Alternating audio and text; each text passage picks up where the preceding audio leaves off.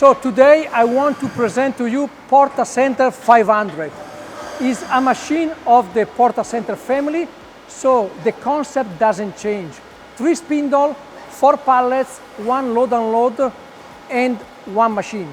So this machine weighs 65 tons, so it's very rigid for very heavy machining. It's specifically studied for cast iron, steel, and stainless steel components. So if you have a machine in your factory that has a CAT 50 or HSK 100, this machine can produce 4 or 5 times the quantity of a single CNC center machine. So here we have about 100 kilowatt of power in the spindle, so we are very fast and rigid to produce.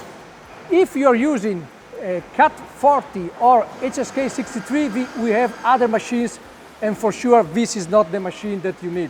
So if you are interested in this type of application, please contact us, and our technical tutor will help you to understand all the characteristics of this machine.